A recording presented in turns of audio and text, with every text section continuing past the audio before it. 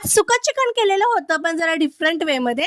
नमस्कार, तर कशा आहात तुम्ही सगळेजण। आज चिकन आणलेलं होतं पण चिकनचं कालवण न करता काहीतरी वेगळं करावं याच्यासाठी अगदी थोड्या वेळात होणारं सुकं चिकन केलेलं होतं पण बिना खोबऱ्याचा वापर करता। सगळ्यात पहिला तर चिकन स्वच्छ धुवून घेतलं, त्याच्यानंतर त्याच्यात सुके मसाले टाकले। सुक्या मसाल्यांमध्ये हळद, मीठ, लाल तिखट, धना पावडर आणि अद्रक, लसूण आणि कोथिंबीरची केलेली पेस्ट टाकली।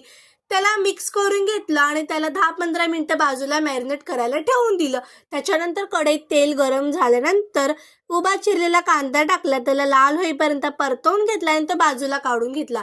त्याच तेलात बारीक चिरलेला टोमॅटो टाकला, त्याला परतवून घेतलं। जे मॅरिनेट केलेलं चिकन ठेवून दिलेलं होतं ते मॅरिनेट केलेलं चिकन टाकलं, त्याला परतवून घेतलं। थोडंसं पाणी टाकलं आणि 10-15 मिनिटं वाफेवर शिजवून घेतलं। मध्ये मध्ये अलटपलट करत राहिलो। त्याच्यानंतर जो कांदा लाल केलेला होता तो लाल केलेला कांदा वरतून टाकला, स्वच्छ बारीक चिरलेली कोथिंबीर टाकली आणि त्याला हलवून घेतलं। तुम्हाला ही रेसिपी कशी वाटली कमेंटमध्ये नक्की सांगा।